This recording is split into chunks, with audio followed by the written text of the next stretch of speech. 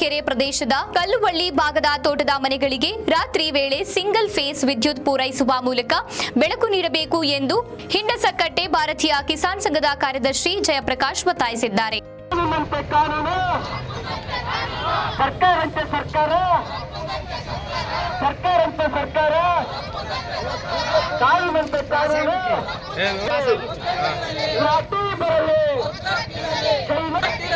ಎತ್ತಕ್ಕಾಗಿ ಹೋರಾಟ,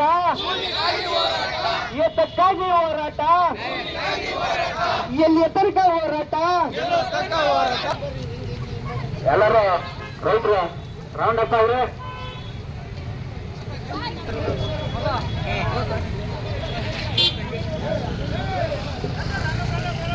ಬೆಸ್ಕಾಂ ಕಚೇರಿ ಎದುರು ಪ್ರತಿಭಟಿಸಿ ಎಂದು ಮಾತನಾಡಿ, ಹಿಂಡಸಕಟ್ಟೆ ವಿದ್ಯುತ್ ವಿತರಣಾ ಕೇಂದ್ರದ ವ್ಯಾಪ್ತಿಗೆ ಬರುವ ತೋಟದ ಮನೆಗಳಲ್ಲಿ ರೈತರು ಹಾಗೂ ಮಕ್ಕಳು ಚೇಳು, ಚಿರತೆ, ಕಾಡು ಹಂದಿ, ಕರಡಿ, ಕಾಡು ಪ್ರಾಣಿಗಳಿಂದ ತೊಂದರೆ ಅನುಭವಿಸುತ್ತಿದ್ದಾರೆ ಎಂದಿದ್ದಾರೆ.